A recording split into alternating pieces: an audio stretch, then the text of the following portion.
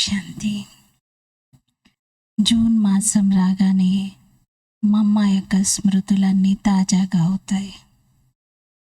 మమ్మ జగదంబ సరస్వతి జ్ఞాన వీణావాదినిగా జ్ఞానంలోని ఒక్కొక్క వాక్యాన్ని తన జీవితంలో ధారణ చేసి జ్ఞాన సరస్వతిగా అయ్యారు. ఈరోజు మనం మమ్మ నుండి ప్రేరణ పొందుతాం. మమ్మ ఎలా అయితే చెకోర పక్షిగా అయి మురళిని వినేవారు, ఒక్కొక్క వాక్యం బాబా వినిపిస్తూ ఉంటే మమ్మ దాని స్వరూపంగా అయ్యేవారు. అది ప్రాక్టికల్గా పిల్లలు చూశారు. అలా మనం కూడా బాబా వినిపించే మహావాక్యాల యొక్క స్వరూపంగా అవుతాము. ఇటువంటి ప్రేరణతోనే ఈరోజు మురళి విందాము. 1 జూన్ మురళి. मीठे बच्चे, तुम सब आपस में रूहानी बाई बाई हो. మధురమైన పిల్లలు, మీరందరూ పరస్పరంలో ఆత్మిక సోదరులుగా ఉన్నారు. తుమ్హారా రూహానీ ప్యార్ హోనా చాహియే. మీ మధ్యలో ఆత్మిక ప్రేమ ఉండాలి. ఆత్మ కా ప్యార్ ఆత్మ సే హో, జిస్మ్ సే నహీ. ఆత్మ ప్రేమ ఆత్మతోనే ఉండాలి, దేహంతో ఉండకూడదు. మధురమైన పిల్లలు, మీరందరూ పరస్పరంలో ఆత్మిక సోదరులుగా ఉన్నారు. మీ మధ్యలో ఆత్మిక ప్రేమనే ఉండాలి. ఆత్మ యొక్క ప్రేమ ఆత్మతో ఉండాలి, అంతే తప్ప దేహంతో కాదు. తన దేహంతో ఉండొద్దు, ఇతరుల దేహంతోనూ ఉండకూడదు. ఆత్మకు ఆత్మతోనే ప్రేమ ఉండాలి. ప్రశ్న: बाप ने अपने घर की వండర్ఫుల్ బాత్ కౌన్సీ సునాయి హై? బాబా తన ఇంటి యొక్క వండర్ఫుల్ విషయం ఏం వినిపించారు? పరంధామం యొక్క విశేషాలు ఏం వినిపించారు బాబా? ఉత్తర్: जो भी आत्माएं मेरे घर में आती है वह अपने अपने सेक्शन में अपने नंबर पर फिक्स होती है. ఏ ఆత్మలైతే నా ఇంటికి వస్తాయో అవి వాటి వాటి సెక్షన్స్లో వాటి నంబర్ అనుసారంగా ఫిక్స్ అవుతాయి. వహ కభీ భీ హిల్తీ డుల్తీ నహీ. అవి ఎప్పుడు కదలడము పడిపోవటం జరగదు. वहाँ पर सभी धर्म की आत्माएं मेरे नज़दीक रहती है. అక్కడే సర్వధర్మ ఆత్మలు నాకు సమీపంగా ఉంటారు. वहाँ से नंबरवार अपने अपने समय पर पाठ बजाने आती है. అక్కడి నుండి నంబర్ వారీగా తమ తమ సమయం అనుసారంగా పాత్ర వహించేందుకు వస్తాయి. यह वंडरफुल नॉलेज इसी समय कल्प में एक बार ही तुम्हें मिलती है. ఈ అద్భుతమైనటువంటి జ్ఞానము కల్పం మొత్తంలో ఒక్కసారి మాత్రమే పిల్లలైన మీకే లభిస్తుంది. దూసరా కోయి ఏ నాలెడ్జ్ నహీ దే సక్తా. ఇతరులు ఎవ్వరూ ఈ జ్ఞానాన్ని ఇవ్వలేరు. పరంధామంలో సెక్షన్స్ వైజ్గా ప్రతి ధర్మం యొక్క ఆత్మలు సెట్ అయిపోయి ఫిక్స్ అయిపోయి ఉంటాయి. అక్కడి నుండి కదిలిపోవడం ఊగిపోవడం అలాంటిది ఏమీ జరగదు అంటున్నారు. అలా ఆ ఇంట్లో శాంతిగా ఉంటాయి. అన్ని ధర్మ ఆత్మలు ఒకే చోట ఉంటాయి, కానీ ఎవరి సెక్షన్ వారిదే. మనం బాబాకి చాలా సమీపంగా ఉంటాము. ఆ తర్వాత ధర్మపితల యొక్క ఆత్మలు కూడా సమీపంగా ఉంటాయి. పరంధామం నుండి ఆత్మలన్నీ నంబర్ వారీగా పాత్ర వహించేందుకు వస్తాయి. అయితే ఇతరులు ఎవరు ఈ నాలెడ్జ్ని ఇవ్వలేరు. ఓం శాంతి. బాప్ బైట్ బచ్చోంకు సమझाते हैं. తండ్రి పిల్లలకి అర్థం చేయిస్తున్నారు. बच्चे जानते हैं हम आत्माओं को बाप समझाते हैं और बाप अपने को आत्माओं का बाप समझते हैं. పిల్లలేమో అర్థం చేసుకుంటున్నారు, మాకు ఆత్మల తండ్రి అర్థం చేయిస్తున్నారు అని. మరి తండ్రి ఏమనుకుంటున్నారు? శివబాబా ఏమనుకుంటారు? నేను ఈ ఆత్మలందరికీ తండ్రిని, నేను వీరికి అర్థం చేయిస్తున్నాను అని శివబాబా భావిస్తారు. ऐसा कोई समझते नहीं और ना कोई कभी समझाते हैं कि अपने को आत्मा समझो. ఈ విధంగా ఎవరు భావించరు, ఎవరు ఇతరులకి స్వయాన్ని ఆత్మగా భావించండి అని చెప్పరు. యహ బాప్ హీ ఆత్మాంకు బైట్ సమజాతే హే. ఇక్కడే శివబాబానే ఆత్మలకు కూర్చోబెట్టి అర్థం చేయిస్తున్నారు. ఈ జ్ఞానం యొక్క ప్రాలబ్ధము కొత్త ప్రపంచంలో మీరు నంబర్ వారీ పురుషార్థం అనుసారంగా తీసుకుంటారు. ఇది కూడా అందరికీ గుర్తుండదు. ఈ ప్రపంచం పరివర్తన చెందుతుంది, దీన్ని పరివర్తన చేస్తున్నది స్వయం భగవంతుడు అని అందరికీ తెలియదు. ఇక్కడ మీరు బాబా సన్ముఖంగా కూర్చున్నారు. మీరు ఇప్పుడు ఇంటికి వెళ్ళే సమయంలో ఉన్నారు. రోజంతా వ్యాపార వ్యవహారాల విషయాల్లోనే పిల్లల బుద్ధి నిమగ్నం అవుతూ ఉంది. కానీ తండ్రి శ్రీమతంని ఇస్తున్నారు. పిల్లలు, మీరు ఎక్కడ ఉన్నా సరే, ఏం చేస్తున్నా సరే నా స్మృతిలోనే ఉండండి. ఏ విధంగా కన్యకి నిశ్చితార్థం జరగగానే పతి ఎవరు అనే పరిచయం లభించగానే పతి ఫోటో చూసి ఇంకా నిరంతరం వారి స్మృతిలోనే ఉంటుంది. ఎక్కడ ఉన్నా సరే ఒకరినొకరు జ్ఞాపకం చేసుకుంటూనే ఉంటారు. ఇక్కడ కూడా అంతే. బాబా అంటారు అదేమో దైహిక ప్రేమ వారి మధ్యలో ఉన్నది, ఇక్కడ మాత్రం ఆత్మిక ప్రేమ ఉండాలి. ఆత్మిక ప్రేమ ఎవరితో? ఆత్మల తండ్రితో ఉండాలి, మరియు పిల్లలందరితో కూడా ఉండాలి. అంటే పరస్పరంలో మనకి శివబాబాకి ఆత్మిక ప్రేమ, అలాగే మనకి తోటి ఆత్మలకు కూడా ఆత్మిక ప్రేమనే ఉండాలి. పిల్లలైన మీ మధ్యలో పరస్పరంలో చాలా ప్రేమ ఉండాలి. ఆత్మలకు ఆత్మలతో ప్రేమ ఉండాలి. ఈ శిక్షణ ఇప్పుడు బాబానే పిల్లలకి ఇస్తున్నారు. ప్రపంచంలో మనుషులకు దీని గురించి తెలియదు. మీరందరూ బాయిగా ఉన్నారు, అందుకని మీ మధ్యలో సోదర ప్రేమ ఉండాలి. ఎందుకంటే ఒక్క తండ్రి పిల్లలు కదా. దీనిని ఆత్మిక ప్రేమ అంటారు. డ్రామా ప్లాన్ అనుసారంగా పురుషోత్తమ సంగమ యుగంలోనే ఆత్మిక తండ్రి వచ్చి ఆత్మిక పిల్లలకు సన్ముఖంగా ఈ జ్ఞానాన్ని అర్థం చేయిస్తున్నారు. మరి పిల్లలకు కూడా తెలుసు తండ్రే స్వయంగా వచ్చారు అని. మమ్మల్ని పూల వలె తయారు చేయడానికి, పవిత్రంగా పతితుల నుండి పావనంగా తయారు చేయడానికి, తన వెంట తీసుకెళ్ళడానికి తండ్రే స్వయంగా వచ్చారని పిల్లలకి తెలుసు. బాబా ఏమైనా చేయి పట్టుకొని అలా పైకి తీసుకెళ్తారా? వేలు పట్టుకొని, చేయి పట్టుకొని, చేతులు పట్టుకొని తీసుకెళ్లే విషయం లేదు. సభీ ఆత్మాయే ऐसे उड़ेंगी जैसे टिड्डियों का झुंड जाता है. ఆత్మలన్నీ ఎలా ఎగురుతాయి అంటే మిడతల గుంపు వెళ్తుంది కదా, అలా అంటున్నారు. ఉన్హోं का भी कोई गाइड होता है. వాళ్ళల్లో కూడా ఒకరు గైడ్గా ఉంటారు. ఆ మిడతల్లో కూడా, పక్షుల్లో కూడా అంతే. గుంపుగా ఎగిరేటువంటి పక్షుల్లో మొదట ఉన్నటువంటి పక్షి గైడ్గా వ్యవహరిస్తుంది. गाइड के साथ और भी गाइड्स होते हैं जो फ्रंट में रहते हैं. ఆ గైడ్తో పాటుగా మిగతా కొందరు గైడ్స్ కూడా ఉంటారు, ఫ్రంట్లో ఉండేవారు. उन्हों का भी सारा झुंड जब इकट्ठा जाता है तो बहुत आवाज़ होता है. మొత్తం కలిసి కట్టుగా అన్ని జుండుగా వెళ్తూ ఉన్నప్పుడు చాలా శబ్దం వినబడుతూ ఉంటుంది. సూర్యకి రోషని కోబి ఢక్ దేతే హై. అలా పక్షుల గుంపు ఒక్కసారిగా వెళ్తూ ఉంటే సూర్యకాంతిని కూడా కప్పేస్తాయి అవి. ఇత్నా బడా జుండు హోతా హై. అంత పెద్ద జుండు ఉంటుంది. తుమ్ ఆత్మాओं का तो कितना बड़ा अनगिनत झुंड है. మరి ఇవైతే కొన్ని పక్షుల యొక్క విషయమే. మరి ఆత్మలన్నీ ఫైనల్గా అంతిమ వినాశన సమయంలో వెళ్ళిపోయేటప్పుడు ఇంకెంత జుండు ఉంటుంది, ఎంత పెద్ద గుంపు ఉంటుంది, అసలు లెక్క పెట్టలేరు. ఇక్కడ మనుషులను లెక్కించడమే సాధ్యం కాదు. భలే జనాభా లెక్కలు తీస్తూ ఉంటారు, కానీ అవి కూడా యాక్యురేట్గా రావు. ఆత్మలు ఎన్ని ఉన్నాయి, వాటి లెక్కను ఎవ్వరూ తీయలేరు.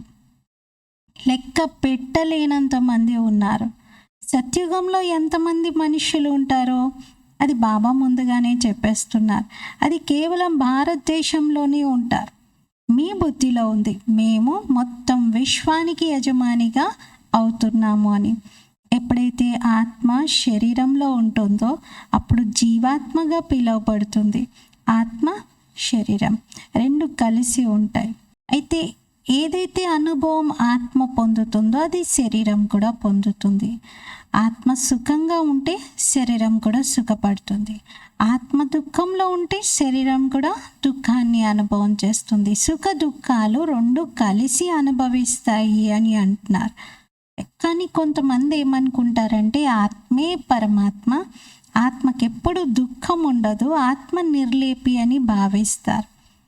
చాలామంది ఇందులో కన్ఫ్యూజ్ అవుతూ ఉంటారు. మేము ఆత్మగా భావించి ఆత్మ నిశ్చయం చేసుకోవాలా, తండ్రిని ఎక్కడ ఉన్నట్టు జ్ఞాపకం చేయాలి అని కన్ఫ్యూజ్ అవుతారు. కానీ మీకైతే తెలుసు బాబా పరంధామ నివాసి. బాబా తన పరిచయాన్ని ఇచ్చేశారు. మీరు ఎక్కడికి వెళ్తున్నా, నడుస్తూ తిరుగుతూ కూడా నన్ను జ్ఞాపకం చేయండి.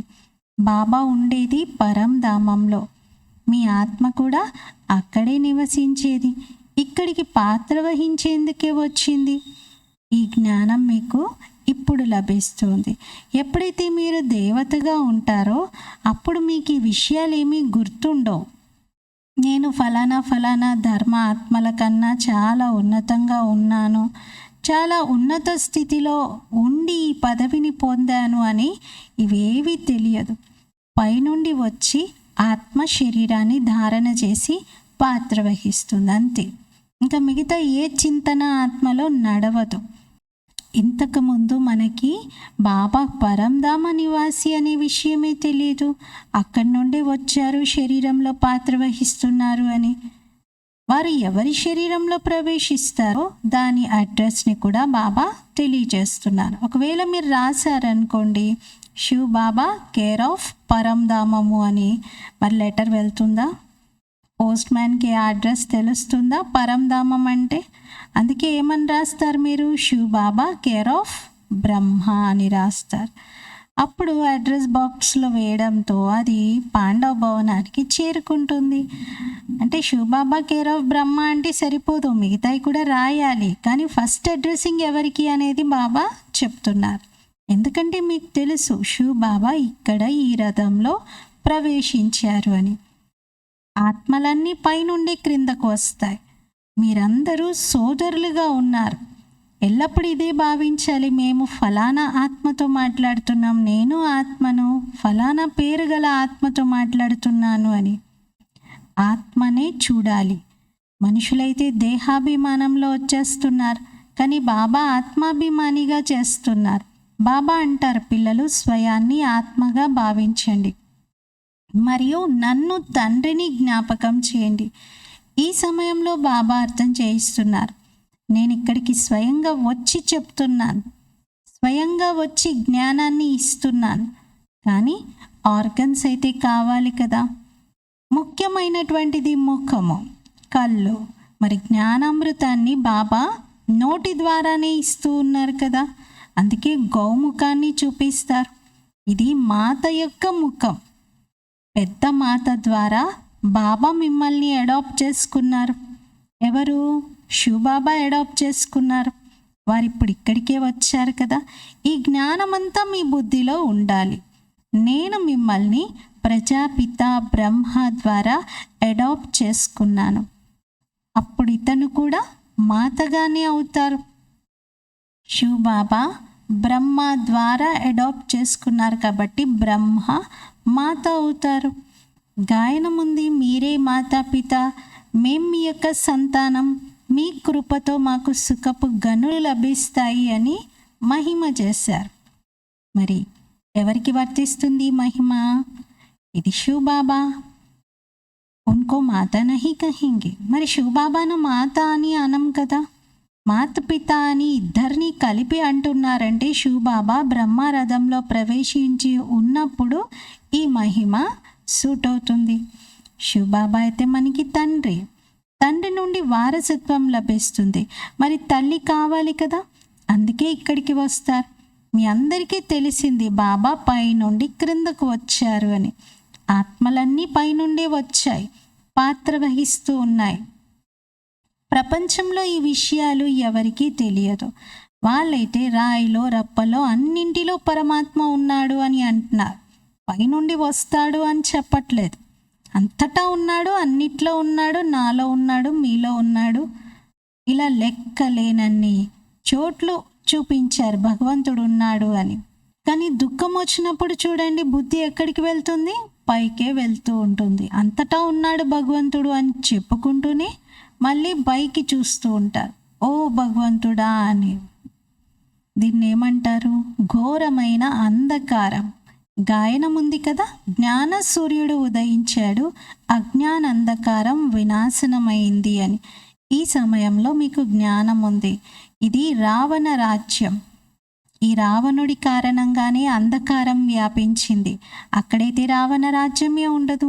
అందుకని ఎలాంటి వికారాలు ఉండవు. దేహ అభిమానమే లేదు. అక్కడ ఆత్మాభిమానిగా ఉంటారు. ఆత్మకు జ్ఞానం ఉంటుంది. నేను ఇప్పుడు చిన్న బాల్య దశలో ఉన్నాను, మళ్ళీ యవ్వనంలోకి వెళ్తాను, తర్వాత శరీరం వృద్ధాప్యంలోకి వెళ్తుంది, అప్పుడు ఈ శరీరాన్ని కూడా విడిచి మళ్ళీ కొత్త శరీరాన్ని ధరిస్తాను అని. అక్కడెవరు కూడా ఫలానా వారు మరణించారు అనే మాట రానివ్వరు. అక్కడ అమర లోకంగా అది పిలువబడుతుంది. అక్కడ ఎవ్వరు మరణించినా కూడా మృత్యు అనే పదం లేదు. శరీరాన్ని విడిచిపెట్టారు అంటారు. అందుకే జ్ఞానిలెవరు కూడా మరణించారు అనే మాట అనరు. జ్ఞాన మార్గంలో మనమందరం ఏమంటాం? శరీరాన్ని విడిచిపెట్టారు, బాబా ఒడిలోకి వెళ్ళారు, ఇలా మాట్లాడతాం. సంతోషంతో ఒక శరీరాన్ని విడిచి ఇంకొక శరీరాన్ని అక్కడ తీసుకుంటారు. ఇప్పుడు మీ ఆయుష్ పూర్తవుతోంది. ఈ శరీరాన్ని విడిచి కొత్తది తీసుకోవాలి. కాబట్టి సన్యాసులు సర్పం యొక్క ఉదాహరణ ఇస్తూ ఉంటారు. సర్పం ఎలా కుబుసాన్ని వదిలిపెడుతుందో తేలికగా, ఈజీగా, అలా మనం కూడా ఈ శరీరాన్ని విడిచిపెట్టాలి అని చెప్తారు. వాస్తవంగా ఈ ఉదాహరణ బాబా ఇచ్చినటువంటిది. వాళ్ళేమో సన్యాసులు తీసుకొని వాళ్ళు వినిపిస్తూ ఉన్నారు. అందుకే బాబా అంటారు, నేనేదైతే జ్ఞానం మీకు ఇస్తానో ఇది మళ్ళీ ప్రాయలోపం అయిపోతుంది. బాబా అక్షరాలు, బాబా చెప్పినటువంటి చిత్రాలు, ఇవన్నీ వాళ్ళ దగ్గర బాబా చెప్పినటువంటివి పిండిలో ఉప్పంత మాత్రమే మిగులుతాయి. మరి బాబా స్వయంగా మళ్ళీ రావాల్సి వస్తుంది సంపూర్ణ జ్ఞానాన్ని ఇవ్వడానికి. అందుకే బాబా అన్నిటి అర్థం తెలియజేస్తున్నారు. ఏ విధంగా సర్పం శరీరాన్ని విడిచిపెడుతుందో, తన పైన తయారైనటువంటి లేయర్ని వదిలేస్తుందో, అలాగే మనం కూడా ఈ శరీరాన్ని విడిచిపెడతాం. సర్పానికైతే పై లేయర్ విడిచిపెట్టగానే లోపల ఇంకొక లేయర్ తయారైపోతూ ఉంటుంది. మనకేంటి, ఈ శరీరం విడిచిపెట్టగానే ఇంకొక కొత్త శరీరము రెడీ అవుతూ ఉంటుంది. उनके लिए ऐसे नहीं कहेंगे एक शरीर छोड़ दूसरे में प्रवेश करते हैं. అయితే సర్పం విషయంలో అది ఒక శరీరాన్ని విడిచి ఇంకొక శరీరంలో ప్రవేశిస్తుంది అని అనరు. ఎందుకంటే అదొక లేయర్. పైన తయారైన లేయర్ని అలా వదిలిపెట్టి అది ముందుకెళ్తుంది. ఆ పై లేయర్ అంతా కూడా లోపల డొల్ల ఏమీ ఉండదు. పైకి మాత్రం సర్పం ఎంత లావుగా ఉండేదో, ఎలాంటి చారలు దానిపైన ఉండేదో అవన్నీ కరెక్ట్గా ఫామ్ అయిపోయి పల్చని లేయర్తో ఉంటుంది కుబ్సం. దాని మీద మన అడుగు పడింది అంటే అది మొత్తం చితికిపోతుంది. కానీ బయటికి చూడ్డానికి దూరం నుండి మాత్రం ఒక సర్పం లాగే కనబడుతూ ఉంటుంది. అంత చక్కగా ఏమాత్రం పగిలిపోకుండా, డిస్టర్బ్ అవ్వకుండా అది మంచిగా వదిలిపెడుతుంది. బాబా అంటారు, మీరు కూడా ఈ శరీరాన్ని అలా వదిలిపెడతారు. సర్పానికైతే ఆల్రెడీ ఇంకొక లేయర్ తయారై ఉంటుంది. మీకు మాత్రం కొత్త శరీరం. ఆ కొత్త శరీరంలో ఆత్మ వెళ్ళి ప్రవేశిస్తుంది. దానికి మనకి తేడా ఉంది. जैसे कपड़ा उतारा जाता है वैसे सर्प भी खाल छोड़ देता है. వస్త్రం ఎలా అయితే విప్పుతారో అలాగే ఈ సర్పం కూడా తన పైన తయారైనటువంటి లేయర్ని విప్పేస్తుంది, వదిలిపెడుతుంది. మళ్ళీ ఇంకొకటి తయారవుతుంది దానికి. सर्प तो जिंदा ही रहता है, ऐसे भी नहीं सदैव अमर रहता है. అయితే అలా పైన కుబ్సాన్ని వదిలిపెట్టినంత మాత్రాన సర్పమేమీ మరణించదు. అది అలా సంతోషంగా ముందుకెళ్తుంది. అది పైదాన్ని వదిలేస్తే లోపల స్కిన్ వేరేది తయారవుతూ ఉంటుంది. మనకి మాత్రం ఈ శరీరాన్ని విడిచిపెడితే దాన్ని మళ్ళీ కొత్త శరీరాన్ని తీసుకుంటాం. అక్కడైతే మరణం ఉండదు సర్పానికి. అదే జన్మలో అలా అలా ముందుకెళ్తుంది అది. కానీ మనకు మాత్రం జన్మ మారుతుంది. మనం ఇంకొక శరీరాన్ని తీసుకోవడంతో అది మరో జన్మగా పిలువబడుతుంది తప్ప సర్పంలాగా కాదు అంటున్నారు. అయితే మనం కూడా మృత్యు అనే పదం వాడం. మరి సత్యుగంలో అమరులుగా అవుతాం. అమర లోకం అది. అయితే సర్పానికి మృత్యు ఉంటుంది, కానీ అది ఒక కుబుసాన్ని వదిలిపెట్టినంత మాత్రాన మరణం పొందిందని మాత్రం అన్నారు. 2-3 కుబుసాలను అలా మార్చిన తర్వాత అది మరణిస్తుంది. वहाँ भी तुम समय पर एक खाल छोड़ दूसरी ले लेते हो. సత్యుగంలో కూడా మీరు సమయానికి ఒక శరీరం విడిచి ఇంకొకటి తీసుకుంటారు. అక్కడ తెలిసిపోతుంది ఇప్పుడు నేను ఇంకా గర్భంలోకి వెళ్తాను అని. అక్కడైతే ఉన్నదే యోగ బలం యొక్క విషయం. యోగ బలంతో మీరు జన్మ తీసుకుంటారు. అందుకే అమరులుగా పిలువబడతారు. ఆత్మ అంటుంది ఇప్పుడు నేను వృద్ధునిగా అయ్యాను, శరీరం పాతబడిపోయింది అని. సాక్షాత్కారం జరుగుతుంది, ఇంకా వెళ్ళి నేను చిన్న పిల్లవాడిగా అవుతాను అని. అంతే, ఇంకా స్వతహాగా శరీరాన్ని విడిచిపెట్టి ఆత్మ వెళ్ళిపోయి మళ్ళీ చిన్న పిల్లవాడి యొక్క శరీరంలో ప్రవేశిస్తుంది, అంటే గర్భంలో ప్రవేశిస్తుంది. అక్కడ గర్భం జైలు కాదు, గర్భం మెహల్గా పిలువబడుతుంది. పాపాలైతే ఏమీ చేయరు కదా. భోగం అనుభవించడానికి పాపాలేమీ చేయరు. గర్భ మెహల్లో ఆరాంగా ఆత్మ ఉంటుంది. దుఃఖం అనే మాటే ఉండదు. ఎలాంటి దుర్గంధభరితమైన వస్తువు కూడా అక్కడ తినిపించరు. దేనితోనూ జబ్బు చేసి లోపల శిశువుకి ఇబ్బంది కూడా కలగదు. అసలు అక్కడ జబ్బులే లేవు, రోగాలే లేవు. ఇప్పుడు బాబా అంటున్నారు, పిల్లలు మీరు నిర్వాణ ధామానికి వెళ్ళాలి. ఈ ప్రపంచం పరివర్తన చెందుతుంది. పాతది నుండి కొత్తదిగా అవుతుంది. ప్రతి వస్తువు కొత్తగా అవుతుంది. వృక్షం నుండే కదా బీజం వెలువడేది. మళ్ళీ ఆ బీజం నుండి కొత్తగా వృక్షం వస్తుంది, ఫలం వస్తుంది.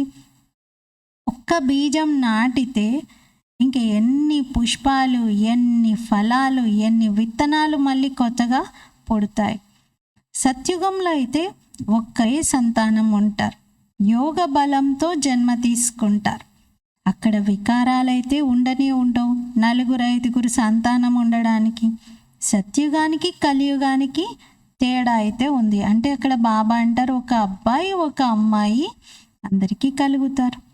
కొత్త ప్రపంచం ఎలా పాతబడిపోతుంది, ఎలా 84 జన్మలు తీసుకుంటారు, ఇవన్నీ బాబా అర్థం చేయిస్తున్నారు. ప్రతి ఆత్మ తమ తమ పాత్ర వహించి ఇంటికి వెళ్ళిపోయి తన స్థానంలోనే తన సెక్షన్లోనే ఫిక్స్ అయిపోతుంది. అలా పరంధామంలో నిలబడుతుంది. తన స్థానాన్ని మార్చుకోదు. తన ధర్మంలోనే తన స్థానంలోనే నిలబడి ఉంటుంది. నంబర్ వారీగా మళ్ళీ ఆత్మ క్రిందకి వచ్చేస్తుంది. చిన్న చిన్న మోడల్స్ని తయారు చేసి మీరు చూపించండి అందరికీ అర్థం చేయించడానికి అంటున్నారు. అంటే పరంధామంలో ఎలా ఆత్మలు ఉంటాయి అనేది ఒక మోడల్ తయారు చేసి చూపించండి అంటున్నారు. మధుబన్లో నక్కీల దగ్గర ఉన్నటువంటి మ్యూజియంలో క్లియర్గా చూపించారు ఎలా ఆత్మలన్నీ సంగం యుగం నుండి పైకి వెళ్తాయి, పైన పరంధామం అంతా ఫిల్ అయిపోతుంది, మళ్ళీ పైనుండి ఎలా సెక్షన్ వైజ్గా ఆత్మలు క్రిందకు వస్తాయి. చక్కగా చూపించారు లైటింగ్తో. బాబా అంటారు ఇలా చూపిస్తే అందరికీ అర్థమవుతుంది. దేవి దేవతా ధర్మం మొట్టమొదట ఉంటుంది, ఆ తర్వాత మిగతా అందరూ నెంబర్ వారీగా వస్తారు. మీరు కూడా నంబర్ వారీగానే పాస్ అవుతారు. ఆ మార్కులను బట్టి మీకు అక్కడ స్థానం లభిస్తుంది. ఈ చదువు బాబా కల్పంలో ఒక్కసారి మాత్రమే చదివిస్తారు. ఆత్మల యొక్క వృక్షం అది పరంధామంలో చూపించబడినది. ఇక్కడైతే ఈ వృక్షం చాలా పెద్దది. బాబానే దివ్య దృష్టి ద్వారా చూసి ఈ చిత్రాలన్నింటినీ ఇక్కడ తయారు చేయించారు. ఆత్మ ఎంత చిన్నగా ఉంటుంది, శరీరం ఎంత పెద్దగా ఉంది. మీరు ఆత్మలు అక్కడికి వెళ్ళి కూర్చుంటారు. చాలా కొద్ది స్థలంలోనే అన్ని ఆత్మలు కలిసి ఉంటాయి, దగ్గరగా ఉంటాయి. మనుషుల వృక్షం ఎంత పెద్దది, మనుషులకు ఎంత స్థలం కావాలి చూడండి. ఒక మనిషికి ఎంత చోటు కావాలి, ఒక్క వ్యక్తికి ఎంత కావాలి. అక్కడ మాత్రం అవేవి ఉండవు. అక్కడ తిరగడం, తాగటం, పడుకోవటం. ఇక్కడ ఒక మనిషికి పడుకోవడానికి ఒక గది, ఉండడానికి తిరగడానికి ఒక గది, ఆఫీస్ పనికి ఒక గది, వంట చేసుకోవడానికి ఒక గది, భోజనం చేయడానికి ఇంకొక గది. ఎంత స్థలం కావాలి ఒక మనిషికి. కానీ అక్కడ మాత్రం ఆత్మలన్నీ చాలా కొద్దిపాటి స్థలంలోనే చక్కగా ఉండిపోతాయి, కథలవి. ఇంకా అవి వాటి స్థానంను మార్చుకో. ఇక్కడైతే మనుషులకు చాలా స్థలం కావాలి, నడవడానికి, తిరగడానికి, తాగడానికి, ఆడుకోవడానికి, ఉద్యోగం చేయటానికి, చదువుకోవటానికి. స్టడీ రూమ్ వేరే ఉంటుంది, మళ్ళీ గేమ్స్ రూమ్ వేరే ఉంటుంది, బయట గ్రౌండ్ కూడా కావాలి ఆడుకోవడానికి. మరి ఇక్కడ మనుషులకి ఇంత కావాలి, కానీ ఆత్మలకి అసలేమీ అవసరం లేదు. నిరాకారి ప్రపంచంలో ఆత్మలు చాలా కొద్ది స్థలంలోనే ఉంటాయి. మరి ఇవన్నీ చిత్రాలలో చూపించబడ్డాయి. తయారవుతున్న నాటకం ఇది. శరీరం విడిచిపెట్టి ఆత్మలు అక్కడికి వెళ్తాయి. మీరు పిల్లలు, మీ బుద్ధిలో ఉంది మనం ఎలా పైనుండి క్రిందకు వచ్చాము. ఇతర ధర్మాల వారు కూడా పైనుండి ఎలా వస్తారు, ఎలా అందరూ వేరువేరుగా పాత్ర వహిస్తారు, నంబర్ వారీగా. మరి ఇవన్నీ కల్పకల్పం బాబా వచ్చి పిల్లలకి వినిపిస్తూ ఉంటారు. మిగతాదంతా కూడా దైహికపరమైన చదువు. ఉన్కో రుహానీ పడాయి నహీ కహ సక్తే, దానిని ఆత్మిక చదువు అని అనరు. ఇప్పుడు మీకు తెలుసు, మేము ఆత్మలం. ఐ మన ఆత్మ, మై మన మేరా ఏ శరీర్ హై. బాబా ఇంగ్లీష్లో అర్థం చేయిస్తున్నారు. ఐ అంటే నేను అని అర్థం. ఐ అంటే ఆత్మ. మై, ఎంవై, మై అంటే ఇది నా శరీరము అని. మనుష్య నే జాంతి, కానీ మనుషులకు ఇంత సింపుల్ టర్మినాలజీ కూడా తెలియట్లేదు అంటున్నారు. ఉనోంకా తో సదైవ్ దైహిక్ సంబంధ रहता है. వాళ్ళకి ఎల్లప్పుడూ దైహిక సంబంధమే ఉంటుంది. సత్యుగంలో కూడా దైహిక సంబంధాలు ఉంటాయి, కానీ అక్కడ ఆత్మాభిమానిగా ఉంటారు. అందరికీ తెలుసు అక్కడ నేను ఆత్మను, ఇది నా శరీరము, ఇది వృద్ధునిగా అయింది అని. అందుకే నేను ఆత్మను, ఈ శరీరాన్ని వదిలి ఇంకొకటి తీసుకుంటున్నాను అనుకుంటారు. ఇందులో కన్ఫ్యూజ్ చేసేటువంటి విషయాలు ఏమీ లేవు. పిల్లలైన మీరు బాబా నుండి రాజ్యాన్ని తీసుకుంటున్నారు. మరి బాబా అయితే బేహద్ తండ్రి కదా. మనుషులు ఎప్పటి వరకు జ్ఞానాన్ని పూర్తిగా అర్థం చేసుకోరో అప్పటి వరకు ప్రశ్నిస్తూనే ఉంటారు, రకరకాల సందేహాలు వ్యక్తపరుస్తుంటారు. జ్ఞానమైతే బ్రాహ్మణులైన మీ వద్ద ఉంది. బ్రాహ్మణులైనటువంటి మీది వాస్తవంగా మందిరం కూడా అజ్మీర్లో ఉంది. అక్కడ చాలామంది బ్రాహ్మణులు ఉంటారు. రెండు రకాల వారిని ముఖ్యంగా వర్ణిస్తూ ఉంటారు. ఒక రకమేమో పుష్కర్ణి బ్రాహ్మణులు, రెండో వారు సారసిద బ్రాహ్మణులు. అజ్మీర్లో బ్రహ్మ మందిరాన్ని చూడ్డానికి ఎంతోమంది వెళ్తూ ఉంటారు. బ్రహ్మ కూర్చొని ఉన్నారు. అక్కడ బ్రహ్మకి గడ్డం మీసాలు ఉన్నట్టు చూపించారు. వారికి మానవ రూపాన్ని చూపిస్తారు. తుమ్ బ్రాహ్మణ్ బి మనుష్య కే రూప్ మే హో. మరి మీరు బ్రాహ్మణులు కూడా మనుష్య రూపంలోనే ఉన్నారు. బ్రాహ్మణులను దేవత అని అనటం జరగదు. సత్యాతి సత్యమైన బ్రాహ్మణులు మీరే. బ్రహ్మ సంతానంగా ఉన్నారు. వాళ్ళేమీ బ్రహ్మ సంతానం కాదు. ఆలస్యంగా వచ్చినటువంటి వాళ్ళకి ఈ విషయాలేమీ తెలియదు. ఇది విరాట రూపం. బుద్ధిలో గుర్తుండాలి. మొత్తం నాలెడ్జ్ అంతా మీ బుద్ధిలో ఉండాలి. మంచి రీతిగా దీన్ని ధారణ చేయాలి. మేము ఆత్మలం, తండ్రికి పిల్లలం. ఇది యథార్థంగా అర్థం చేసుకొని పక్కా నిశ్చయం చేసుకోవాలి. ఇదైతే యథార్థమైన విషయం. ఆత్మలందరి తండ్రి ఒక్క పరమాత్మయే. వారిని అందరూ జ్ఞాపకం చేస్తూ ఉన్నారు. హే భగవాన్ అని మనుషుల నోటి నుండి వెలువడుతూ ఉంటుంది. పరమాత్మ ఎవరు, ఇదెవరికీ తెలియటం లేదు. మరి బాబా వచ్చి అర్థం చేయించేంత వరకు ఎవ్వరికీ తెలియదు. బాబాని అర్థం చేయిస్తున్నారు. ఈ లక్ష్మీనారాయణులు విశ్వానికి యజమానిగా ఉండేవారు. ఎవ్వరికీ కూడా, ఋషులు మునులకు కూడా ఈ జ్ఞానం తెలియదు. ఇప్పుడు బాబా ద్వారా మీరు తెలుసుకుంటున్నారు. మీరే ఆస్తికులు. ఎందుకంటే మీకు రచయిత, రచన యొక్క ఆది మధ్యాంత జ్ఞానం ఉంది. మంచి రీతిగా తెలుసుకున్నారు. కొందరు తక్కువగా కూడా తెలుసుకుంటున్నారు. బాబా సన్ముఖంగా వచ్చి చదివిస్తూ ఉన్నారు. కొందరు మంచి రీతిగా ధారణ చేస్తూ ఉంటే కొందరు తక్కువ ధారణ కూడా చేస్తున్నారు. చదువు అయితే చాలా సింపుల్. ఇందులో పెద్ద పెద్ద విషయాలు ఏమీ లేవు. ఇది చాలా ఉన్నతమైన జ్ఞానం. ఈ జ్ఞానమునంతా సాగరంను ఇంకుగా చేసుకొని రాసిన, వృక్షాలన్నింటినీ కలంగా చేసి రాసిన, భూమి ఆకాశాన్ని పేపర్గా మార్చి రాసిన అస్సలు సరిపోదు. అంత మహిమ ఉంది ఈ జ్ఞానానికి. దీని అంతే పొందలేము అంటారు. బాబా సహజం చేసి వినిపిస్తూ ఉన్నారు. తండ్రిని తెలుసుకోవాలి, స్వదర్శన చక్రధారిగా కావాలి. అంతే. ఈ రెండు ముఖ్యమైనటువంటి విషయాలు ఈ జ్ఞానంలో. బస్ అచ్చా.